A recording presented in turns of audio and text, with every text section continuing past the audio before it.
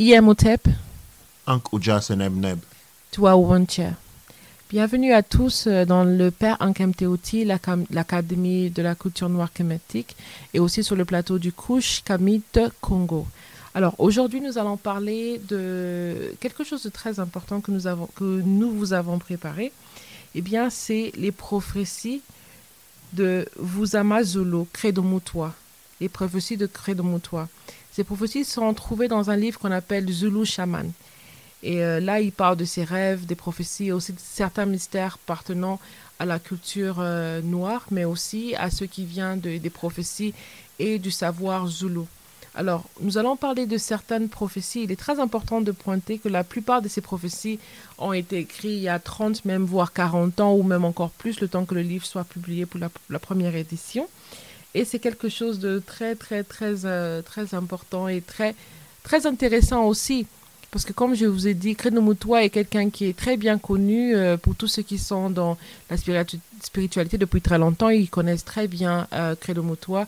Ils ont entendu parler, ils ont vu des vidéos. C'est un très grand défenseur de la culture noire, mais aussi défenseur de tout ce qui est les baleines, les dauphins, parce qu'il parle d'eux comme des créatures qui sont antiques, à qui nous devons beaucoup de respect aussi en même temps. Et donc voilà pourquoi aujourd'hui nous vous présentons cette émission. Et encore une fois, avec ça, nous faisons aussi hommage à Vuza Mazulu Credo Mutwa, qui est décédé le 25 mars 2020. Et c'est quand il a fait, je dirais pas décédé normalement, mais on dit c'est quand il a fait sa transition vers nos ancêtres.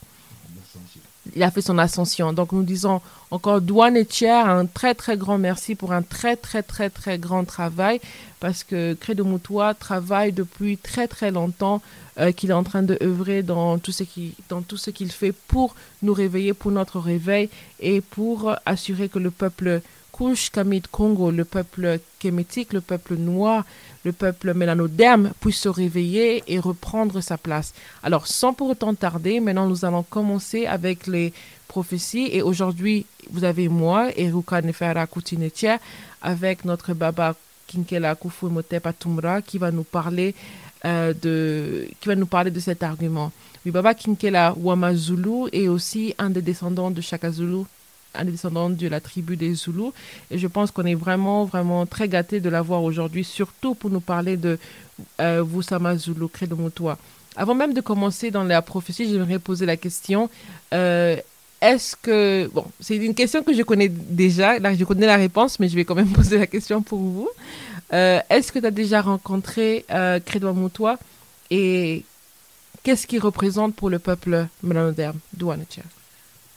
Douanecher, oui, effectivement, j'ai rencontré Credo Mutwa et j'ai étudié auprès de Credo Mutwa ensemble avec un grand nombre d'autres personnes qui ont fait partie de ma promotion pendant plus ou moins une année. Credo Mutwa, Vuzama Zulu, Credo Mutwa est ce qu'on appelle un sangoma. Il est né dans ce qu'on appelle les Zululand, la terre des Zoulous, en Afrique du Sud, le 21 juillet 1921. Et donc, il va donc mourir à Kuruma, toujours dans la partie sud de l'Afrique du Sud, le 25 mars 2020. 25 mars 2020. Et j'allais poser une question très rapidement. Qu'est-ce qui veut dire Vuzama Zulu? Vuzama Zulu signifie celui qui réveille les nœuds, et c'est un mot typique Vuza. Vuza, même dans la langue lingala, que Vuza, c'est-à-dire prendre avec force. Hein? Vuza, en la langue Congo lingala, on dit prendre quelque chose avec force, arracher. Et Vuzama Zulu, c'est lui qui arrache le peuple Zulu du sommeil. Et en tant que tel, c'est un sangoma. Sangoma, ça signifie, on dit normalement, sangoma, ça signifie chaman, ou quelqu'un, un guérisseur, quelqu'un qui guérit les maladies, quelqu'un qui a la connaissance de plantes. Mais Credo Mutwa est aussi au Sanoussi. Sanoussi, c'est pour dire un clairvoyant et quelqu'un qui a la maîtrise des mystères. C'est lui qui détient les mystères. Il a travaillé pendant très longtemps. Comme vous voyez, Credo Mutwa, on disait, il est né en 1921 et il meurt en 2020. Et quand on fait la différence, on voit que c'est beaucoup d'années. Credo Mutwa est né, sa maman, son grand-père maternel est un des guerriers qui a participé à une des dernières guerres des Zoulous. Donc, son grand-père, donc, c'était un guerrier guérisseur. Et pourquoi je suis en train d'insister de dire cela? Parce que ça signifie que sa formation en tant que Sangoma a commencé tout de suite. Ceux qui connaissent la dialectique sur les Sangoma, on ne devient pas Sangoma si on le veut, mais on est appelé à devenir Sangoma. C'est-à-dire qu'il a été appelé très jeune à devenir Sangoma. Et c'est quoi un Sangoma? Un Sangoma, on dit normalement, c'est un maître des traditions. C'est lui qui maintient les liens entre le monde des vivants et le monde des esprits. C'est une porte. C'est un point de référence. Et c'est qui, dans les traditions mélanodermes, c'est un poste important. Nous ne sommes pas les êtres comme tous les autres êtres. Dans le monde mélanoderme, il est fondamental qu'il y ait quelqu'un qui maintient la balance entre le monde visible et le monde invisible. Et c'est ça le rôle d'un Sangoma. Comme je dis, on ne devient pas Sangoma le matin au soir, on est appelé et la formation est très difficile et commence dès les bas âges. Je dis cela parce que pour montrer comment il a travaillé pendant longtemps. Il a travaillé pendant plus de 50 ans. Alors, aujourd'hui, nous allons parler justement des prophéties de Credo Mutwa et des autres prophètes africains, parce que nous n'avons pas connaissance de beaucoup de prophètes africains. On n'en parle pratiquement pas. Ce dont on en parle, ce sont les prophètes qui ont été médiatisés, qui ont servi plus ou moins à l'ordre, à la machine coloniale a imposé un ordre. C'est de ces prophètes-là dont on parle et que tout le monde connaît. Mais l'Afrique, c'est le peuple le plus ancien du monde. Et si chaque peuple a des prophètes, c'est-à-dire nous en avons par milliers, il est irrélevant qu'on puisse parler seulement d'eux. Aujourd'hui, nous n'allons pas parler des centaines de prophètes. Nous allons passer, en reprenant le livre des Credo Mutwa, édité par Stephen Larsen, nous allons essayer de reprendre certaines lignes. Ici, quand il parle des prophéties, les Sangoma Credo Mutwa nous dit les prophéties font partie d'un secret du système spirituel africain, dans ce cas Zoulou, et ils sont soumis au secret, au silence. Credo Mutwa nous dit qu'il s'est trouvé à un moment où, vous savez, quand on devient Sangoma, on fait le vote, on fait le girement du silence. On gire le silence pour toujours. Credo Mutwa nous fait voir qu'il est arrivé à un moment où il ne pouvait plus maintenir le silence. Il a dit rompre le vœu, le jurement du silence qu'il avait fait et parler. Pourquoi? Parce qu'il nous dit que l'humanité est en danger. Il rompt le silence non seulement parce que le peuple africain est en danger, mais les dangers dont parle les Credo Mutwa, que nous allons lire à travers les prophéties, sont des dangers de caractère humanitaire. Alors, justement, nous lisons le livre, et quand on parle des prophéties, nous allons d'abord citer quelques noms que lui-même cite ici dans le livre qui font partie des prophètes donc inconnus. Et il va parler des Pindamulili. Donc il n'est pas le seul prophète qui a parlé de... Oui, exactement. Il dit il n'est pas le seul prophète à avoir parlé de ces genres de choses. Il parle ici des Pindamulili. Pindamulili était un prophète du peuple Bachoko en Angola. Et Pindamulili, depuis l'époque très ancienne, a parlé de la pollution dans le monde. Il a dit des centaines d'années après sa mort, les hommes vont utiliser ce qui est appelé la connaissance interdite. Et comme résultat de l'utilisation de cette connaissance interdite, le ciel va devenir noir, la végétation va mourir, les animaux vont disparaître. Et il dit ici, seulement très peu de survivants vont rester sur terre. Et les hommes pris de peur, mais aussi de honte pour ce qu'ils ont fait à la terre.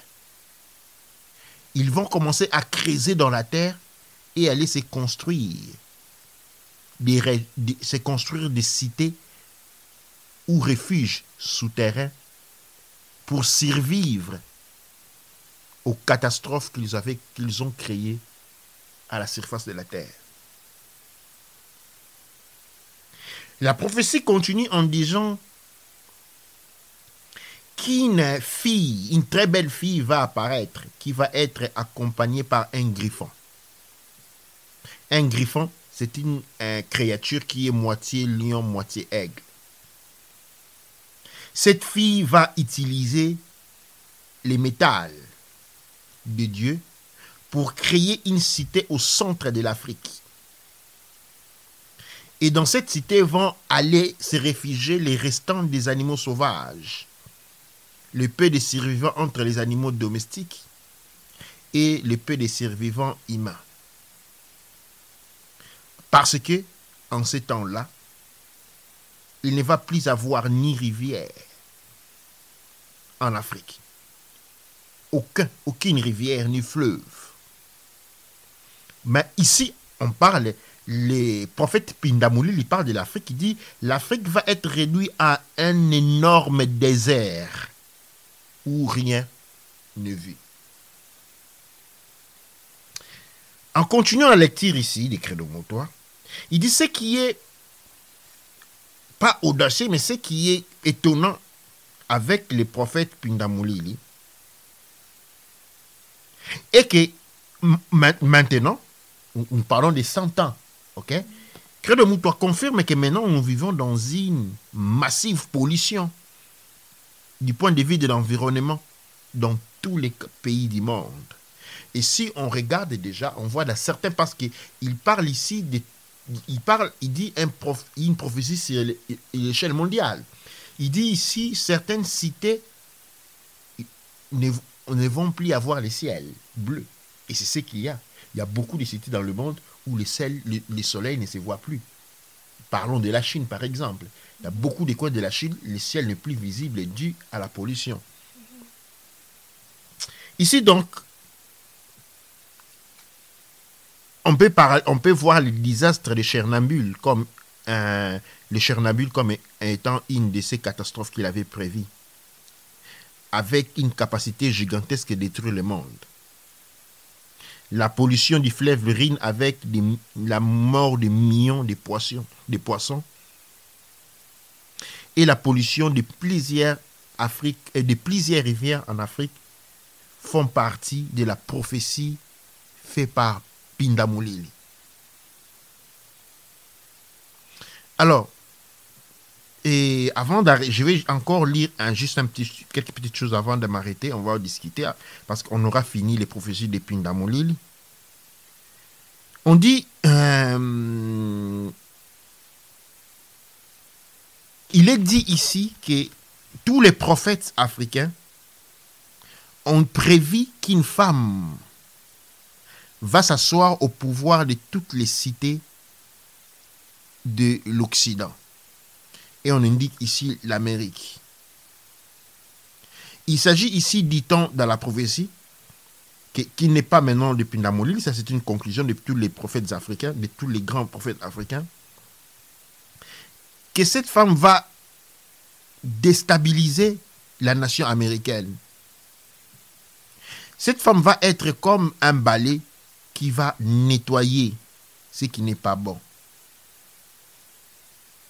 Et de cela, peut-être la nation américaine va, la nation occidentale, le monde occidental va retourner à sa gloire, dit-on ici.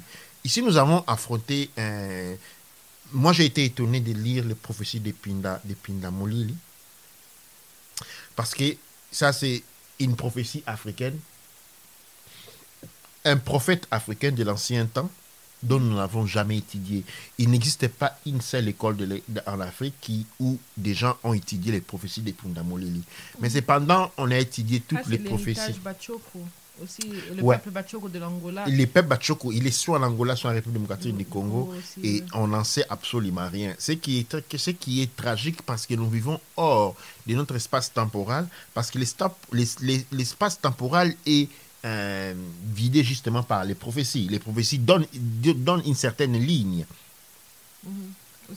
Et on dit ici qu'il y avait eu beaucoup de grands prophètes en Afrique. Beaucoup de grands prophètes en Afrique. Et un de ces grands prophètes s'appelait Nsikane. Nsikane est le prophète de ce qui est aujourd'hui appelé Transkei, qui avait vu l'arrivée du peuple blanc. Mais il avait aussi vu et prédit l'arrivée de la chrétienté en Afrique du Sud. Il avait aussi vu ou prophétisé l'arrivée des choses comme les téléphones. Il avait dit qu'un jour, le peuple du monde vont communiquer les uns entre eux en utilisant quelque chose qui ressemble à un élément ou une décoration que les chefs mettent autour du nez, un ornement. Il avait aussi prédit l'arrivée des avions. Il avait dit que des oiseaux faits de métal vont voler d'un territoire à un autre. Mais ce qui est encore très étonnant, c'est qu'il avait vu même la télévision. Il avait prophétisé l'arrivée de la télévision. Il dit qu'un jour, les hommes vont s'asseoir et parler à une image d'un homme qui est mort il y a des générations. Si on peut aussi voir en profondeur, il a aussi prophétisé la création des images tridimensionnelles. C'est-à-dire qu'une personne peut être en mesure de s'asseoir avec l'image d'un parent mort ou d'un grand-parent mort il y a longtemps. Et là, nous avons cité des prophètes, nous avons parlé des Nsikane et des Pindamolili. Ici, c'est-à-dire la prophétie, nous par contre, on a été conduits sur les trucs des Mayas, les prophéties de Nostradamus. On connaît Nostradamus depuis l'enfance. Et cependant, nous avons eu des prophéties qui sont nées sur les territoires et qui, d'une certaine manière, caractérisaient la vie de nos ancêtres. Non seulement la vie de nos ancêtres, mais on prédit les changements qui frapperont le monde, notre monde, aujourd'hui monde contemporain. Il est simplement triste de réaliser avec quel genre de retard que ce genre de prophéties sont appelées. En même temps, je me demande pourquoi est-ce que l'être humain il est capable de prédire des choses. Et oui, pourquoi l'être humain est en mesure de prédire les choses? Parce qu'il y a un pouvoir qui a été mis à l'intérieur de l'être humain. Et ce pouvoir-là a à voir avec la capacité de prédire les dangers, d'éviter les dangers. Les prophéties, en fait, sont une manière où nous pouvons parler d'un instinct super puissant. C'est comme quand on va quelque part, on sent que son corps réagit. Ou qu'on est debout, tout d'un coup, on abaisse la tête. C'est un instinct. Mais cet instinct-là est pris où? Cet instinct est pris dans le futur. OK? Et la prophétie, c'est exactement ça. C'est la capacité collective de réagir aux événements du futur. Tout comme quand quelqu'un d'autre approche la main vers votre œil se ferme automatiquement. Mais la main de l'autre personne n'a pas encore touché votre œil. Votre œil a prédit. A prédit. Et donc, quand on parle des prophéties, la prophétie ne doit simplement pas, et je dis ici, ne doit simplement pas avoir caractère religieux. La prophétie a caractère technique. Moi, je dirais même la prophétie ne doit jamais avoir caractère religieux. Absolument pas. Oui, c'est une erreur de parler des prophéties en termes religieux. Il faut parler des prophéties en termes techniques. C'est la capacité du point de vue d'un collectif de personnes, ok, de pouvoir ressentir les futurs pour éviter les dangers. Il y a un prophète parce qu'il y a un œil pour tous les corps. Et c'est l'œil qui sent. Okay? Et de cette manière-là, la prophétie est une fonctionnalité intégrée dans un collectif qui permet d'interagir, d'éviter les dangers. C'est ça la caractéristique de la prophétie, d'éviter les dangers. Alors, si on parle de en fait, les prophéties dont on a parlé maintenant, on a parlé des prophéties qui parlaient de termes génériques. C'est comme si on parlait d'une prophétie par rapport à ce qui allait à venir dans le futur. Alors, je me pose la question, c'est que, est-ce que, en parlant de l'historique africaine, est-ce qu'il y a eu des prophètes qui ont prédit des choses qui étaient en rapport avec leur temps actuel, dans leur temps actuel, et qui étaient peut-être utiles aussi soit dans une bataille ou dans ce qu'ils étaient en train de faire? Oui, absolument. Et je vais ici, par exemple, vous citer, beaucoup de personnes ont connu un autre ancêtre. Et pour ce qui me concerne, un ancêtre assez direct que Shaka Zulu.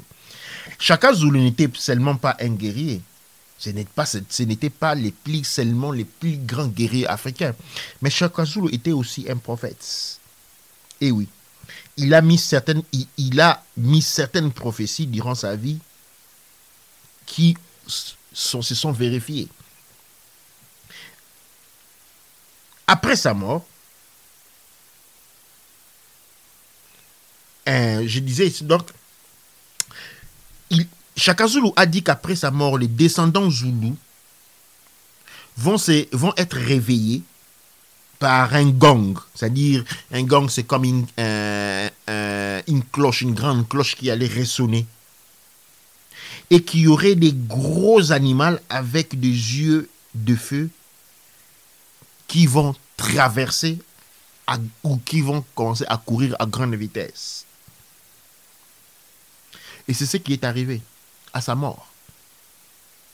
Pendant qu'il était en train de mourir parce qu'il a été tué par ses frères, il regardant son frère après qu'il a été,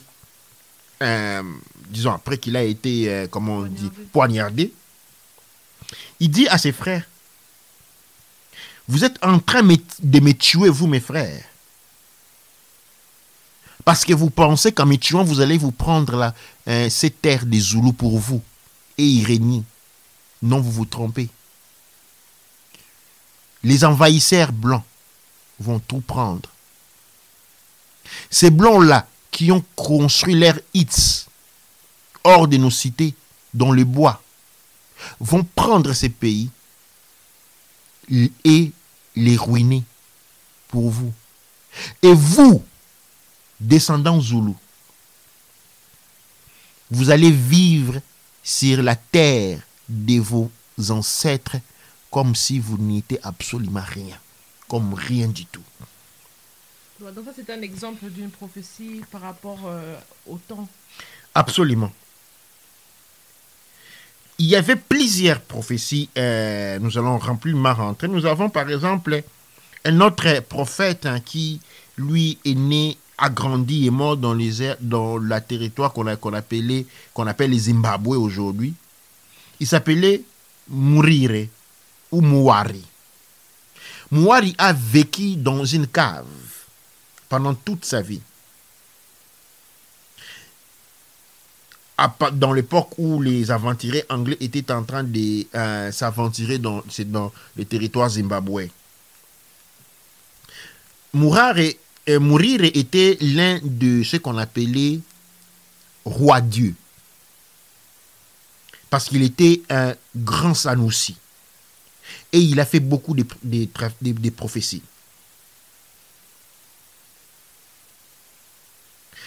Un de ces prophéties disait que des dragons faits de bois et de métaux vont apporter le peuple d'un côté à un autre. Là, il est en train de parler des navires. À l'époque, le navire n'existait pas encore. Il dit aussi, il parle aussi des avions, pendant que les avions n'existaient pas encore. Mais Mouari est encore allé beaucoup plus loin. Parce qu'il a parlé, il a prédit, il parle ici, out of strange contraption. On parle des appareils d'enregistrement. Il parlait aussi des téléphones. Il a aussi prophétisé 4 grandes guerres. Il a prophétisé la guerre entre ce qu'on appelle les Anglo-Boers en Afrique du Sud de 1899 en 1902. Il a prophétisé aussi avec beaucoup de détails, la première guerre mondiale de 1914-1918. Avec des détails précis. Et quand on parle de détails précis, on est très précis. Il a prophétisé la Seconde Guerre mondiale qui, lui, dit, commence en 1939 et finit en 1945. Et il avait aussi nommé les noms de Mussolini, qui serait une des personnes, ou des personnes qui seraient dans la guerre, comme des grands combattants, disons, des grands acteurs de la guerre mondiale. Mais on dit ici, il n'avait pas cité les noms de Hitler, seulement de Mussolini. Il a aussi dit qu'après toutes ces guerres, il y aurait une grande guerre en Afrique qui va durer beaucoup de décades. On parle ici des décennies. Il dit, ceci va être l'une des 7 guerres qui vont intéresser directement l'Afrique. Après cela, Mourare a fait une prophétie concernant sa propre mort.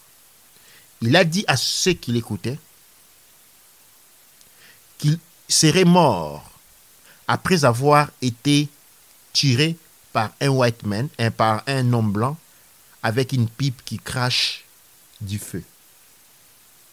Les peuples autour de lui vit que cette telle chose n'existait pas encore et s'était mis à rire.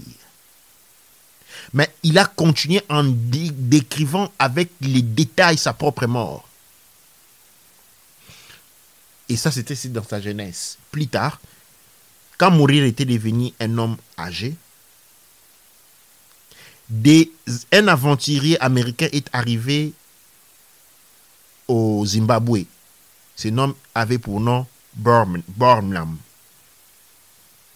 Cet homme était allé à travers toutes les régions d'Afrique en recherche de créatures étranges pour incorporer dans ses démonstrations, dans ses shows. Il cherchait aussi de l'or. Il cherchait aussi de l'or. Barman, cet homme ici, a appris que certaines tribus du Zimbabwe cachaient de l'or. C'est ainsi qu'il alla vers Mourire et lui demanda de lui donner son or. Mais Mourire lui dit, je n'ai pas d'or caché.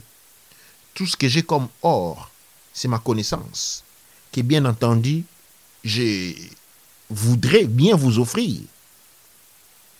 Mais l'homme a continué à menacer Mourire avec son arme à fusil et a fini par les tirer et les tuer. Voici les prophéties dont nous avons parlé. Nous avons parlé de Shaka Zulu, de Mourire, nous avons parlé des Pindamulili, et nous avons des Bachokwe, et puis nous avons aussi parlé de notre prophète que nous avons cité bien avant. Il s'agit d'Insikane. Et jusque-là, nous n'avons pas encore parlé de la prophétie des Credo-Mutwa en soi pour soi. Alors, je vais poser la question à notre mout.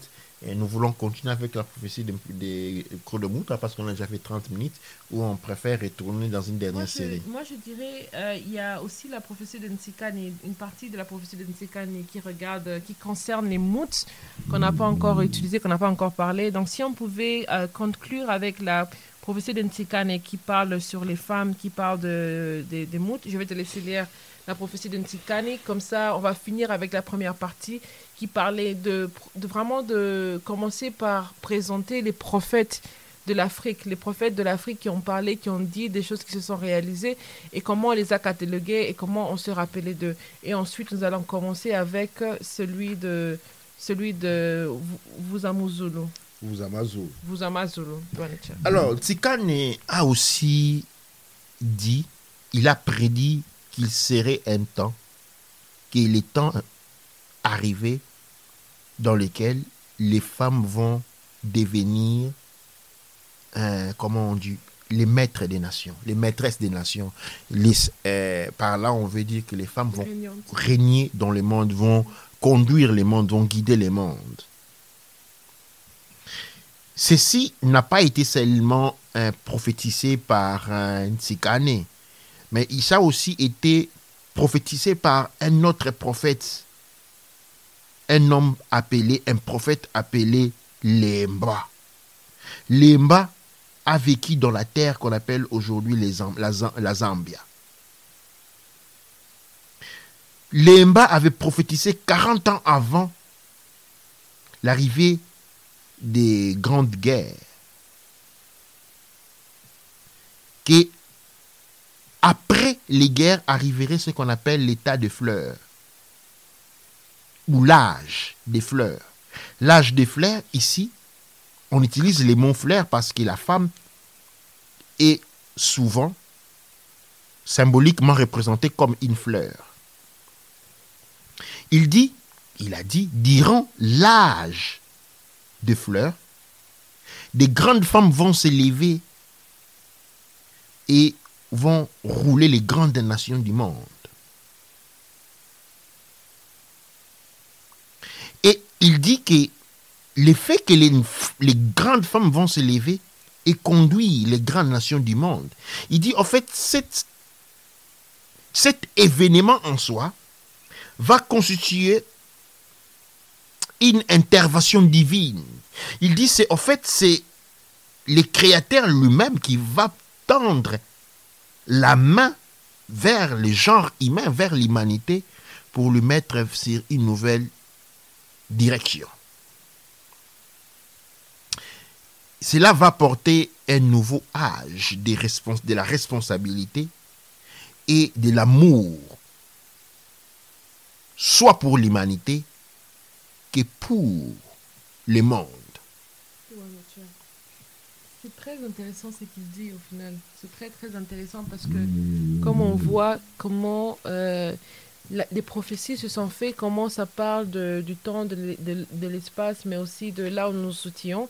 Et ce qui est très important, c'est par exemple de voir que quand nous allons dans les prophètes ou les soi-disant prophètes africains aujourd'hui, surtout ceux qui sont soit reliés avec la chrétienté, on voit comment la prophétie, c'est par rapport à avoir beaucoup d'argent, avoir un travail, se marier, avoir des enfants. Et c'est vraiment dans un point où on te dit que Dieu va te bénir, des choses pareilles. Mais on ne parle pas de la distance, on ne parle pas de la destinée d'un peuple. On parle pas de... On ne voit pas vraiment qu'il y a j'ai envie de dire cet égard ou de voir cette occupation. Parce que en même temps, Shaka Zulu qui était là en train de défendre sa nation, et il a vu que sa nation allait tomber. Mais il a quand même défendu sa nation. Et de voir qu'est-ce qui reposait sur ses épaules. Pendant qu'il se battait il se battait avec toute sa force. il a battu les Anglais combien de fois? 19 fois. 19 fois. Et maintenant, on comprend pourquoi il les a battus 19 fois. Parce que c'était un prophète. Parce que c'était un prophète. Il savait exactement ce qu'il faut faire et ce qu'il n'est pas faire. En fait, il faut savoir une chose très importante. Si vous allez quelque part, quelqu'un vous dit qu'il a une prophétie pour vous, savez que vous avez affaire avec un menteur.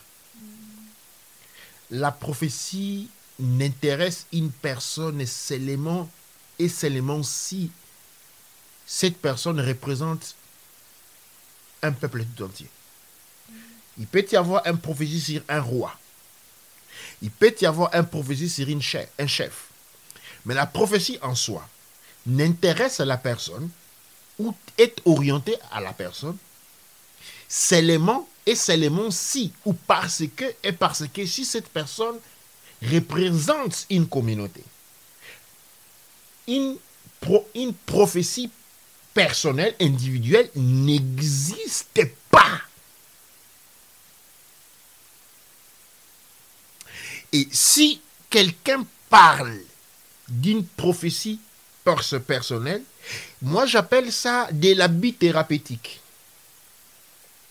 Ou je pourrais encore parler de l'appropriation impropre. Pourquoi? La prophétie, est une lecture difficile du futur collective. Maintenant, si l'on prend la lecture du futur collectif et on les réduit à un individu, on a ce qu'on appelle l'intuition. En fait, plus le peuple est grand en nombre, plus la portée de la prophétie devient importante. Dans l'histoire, on a étudié les prophéties, on reporte les prophéties des grands peuples. Des petits villages de 50 personnes, personne n'a jamais rapporté leur prophétie. Ils ont aussi leur prophétie.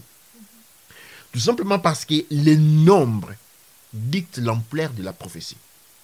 La prophétie simplifiée ou divisée à l'unité n'est plus que de l'intuition. Et donc, par conséquence, la prophétie n'est qu'une intuition collective des masses. Mais la masse étant tellement représentée que ça crée cet élément-là, cette importance-là. L'être humain, pour s'orienter, a pour besoin de toucher, de palper les futurs. Et nous palpons les futurs, c'est-à-dire, nous le disons, demain, j'ai quelque chose à faire, je me sens que ça va bien aller. C'est ça, la prophétie. Je suis confident. Comment tu sais? Non, j'ai quelque chose qui me dit. Parce que pour s'orienter, on doit avoir une image du futur. Un exemple, vous voulez aller au marché, vous devez avoir une image de là où vous allez. Si vous n'avez pas une image de là où vous allez, vous ne vous lèverez jamais de votre chaise. Les matins, on se lève parce qu'on a une image de l'endroit où il faut aller. C'est une image. C'est une projection dans le futur. L'être humain a constamment besoin de se projeter dans le futur pour pouvoir s'activer dans le temps présent. Cette projection de le futur, requiert des moments d'intensité, des caractéristiques d'intuition. Et cette intuition-là, du point de vue d'un peuple, le peuple doit pouvoir marcher vers le futur. Eh bien, c'est ce qu'on appelle la prophétie. Dans le monde occidental, nous avons aussi ce qu'on appelle les prophéties.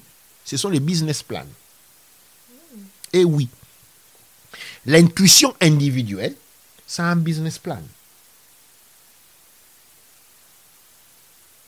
Ton projet, c'est quoi ton projet? C'est ce que tu as destiné dans le futur. C'est ça ton intuition. Qu'est-ce que tu écris sur ton projet? Des choses que tu es en train d'intuire, que tu veux réaliser.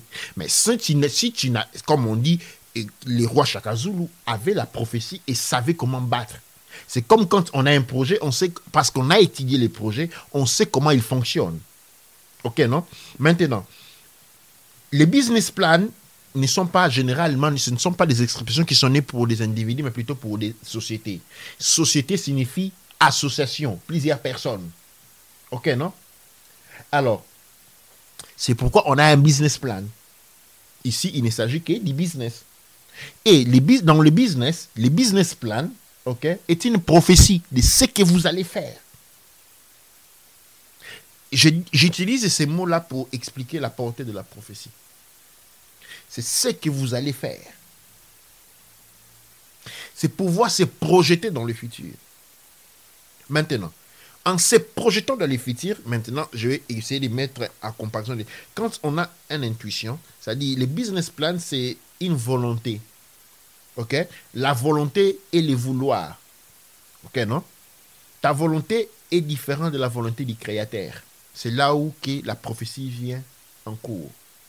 La prophétie venant sont les intentions venant à travers le créateur. Et ces intentions se mesurent en ce qu'on appelle en futurible. Et la prophétie sert à cela. Nous devons, un peuple doit avoir un prophète.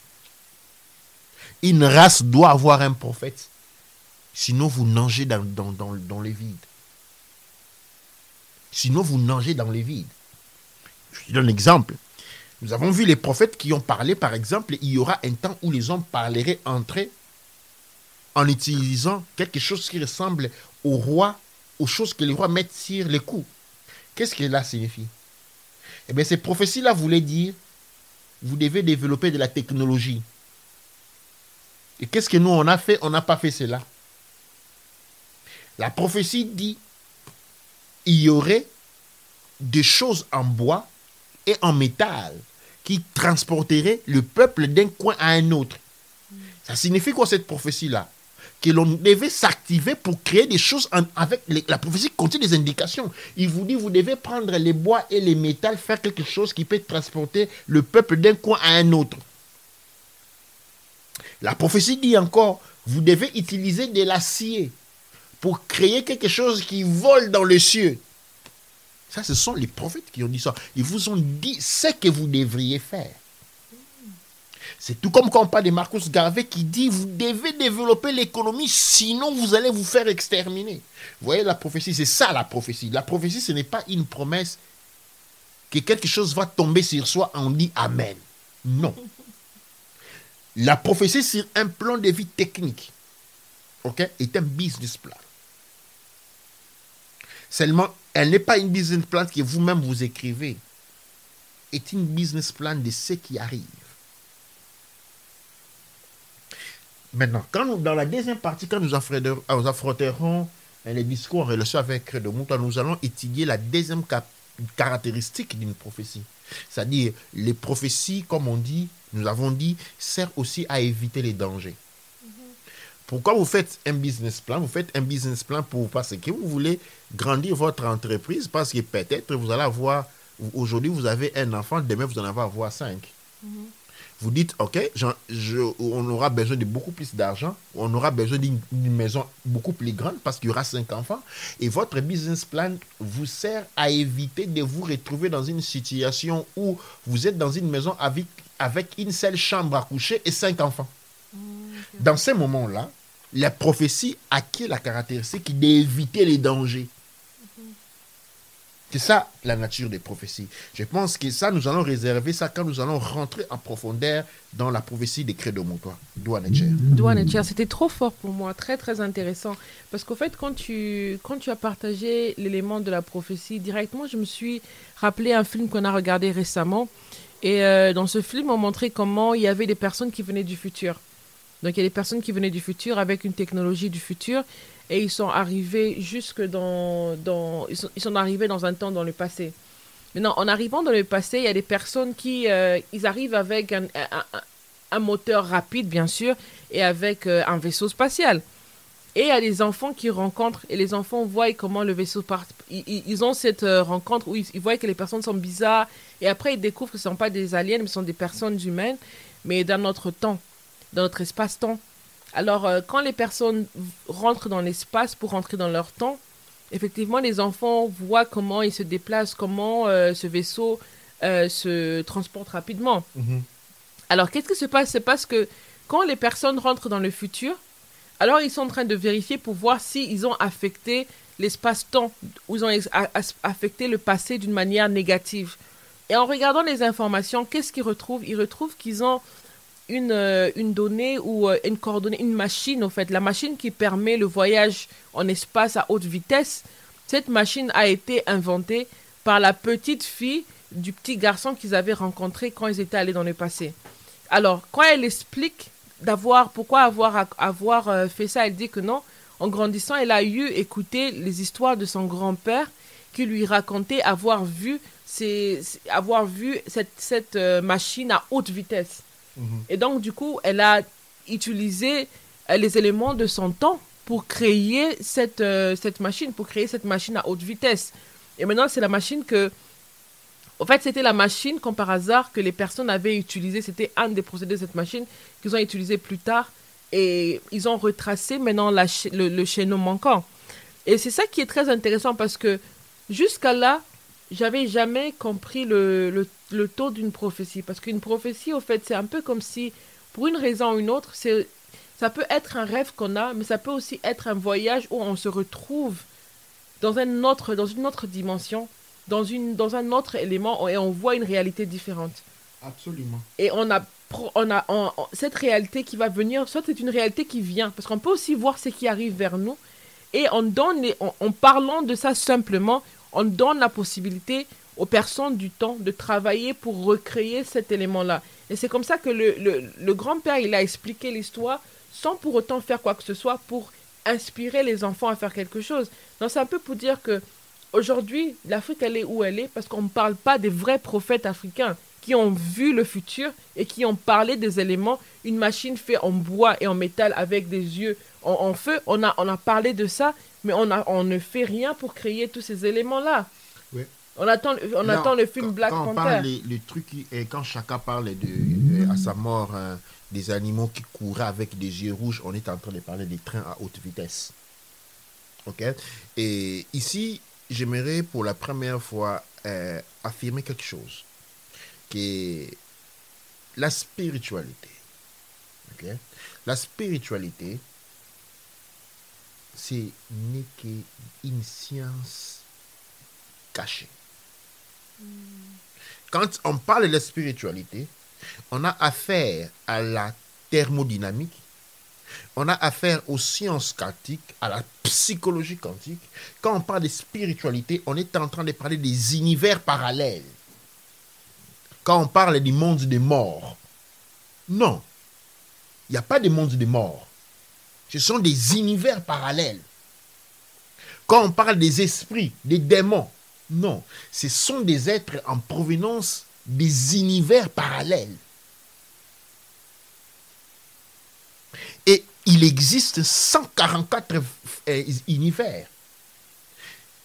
Tous ces univers sont compris dans un espace représenté comme un cube. 144 univers. Vous voyez? Et tout ça, toute cette connaissance-là est compris dans ce qu'on appelle la spiritualité. Un laboratoire chimique, c'est un lieu spirituel. Un sanctuaire spirituel.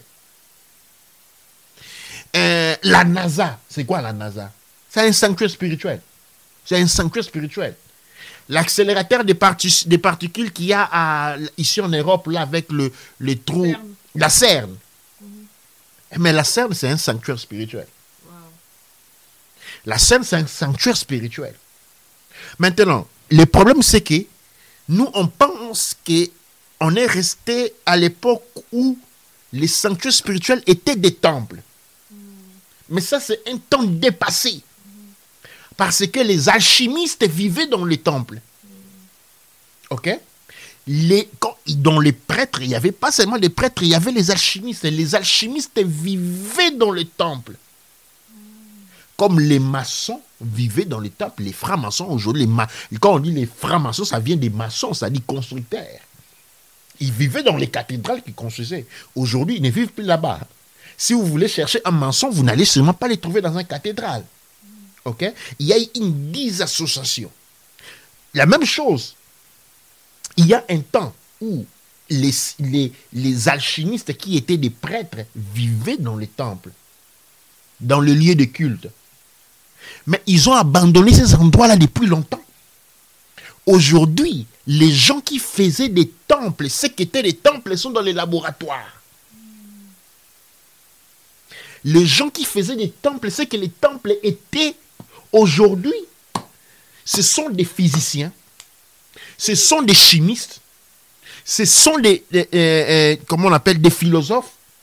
C'est toute cette catégorie de gens-là qui a été décomposée et sortie des temples. Maintenant, à l'Afrique, on a laissé des temples vides qui ont été tout de suite été remplis par des pharisiens, les menteurs.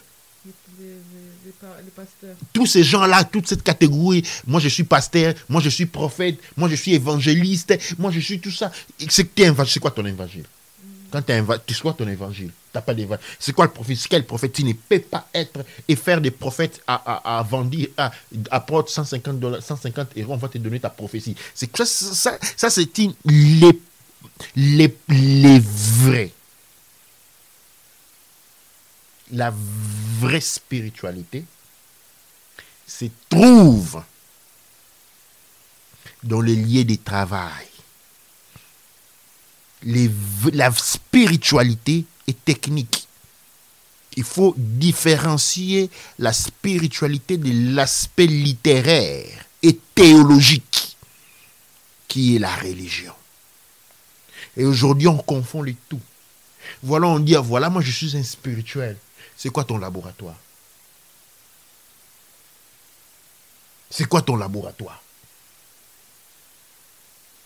Et c'est ça, là c'est ça les problèmes.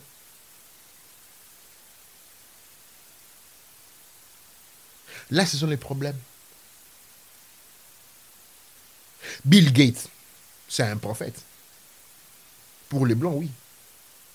Parce que Bill Gates ne parle pas de l'argent de sa poche, il parle en termes de leur peuple. Il dit que dans telle époque, on va rencontrer telle situation. Allons vacciner les Noirs en Afrique. Comme ça, quand la faim va venir, on n'aura pas beaucoup de bouches, trop de bouches à nourrir et notre peuple va être florissant. On voyait un prophète. Ça, c'est un prophète.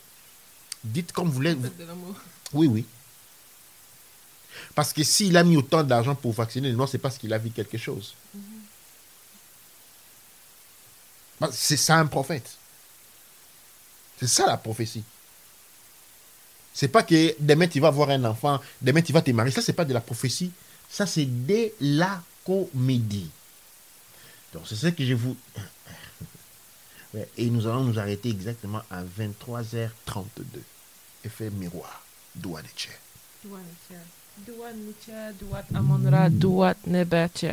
Rejoignez-nous pour la deuxième partie pour parler de Vuzama Zulu, Credo Mutwa. Douane Tché.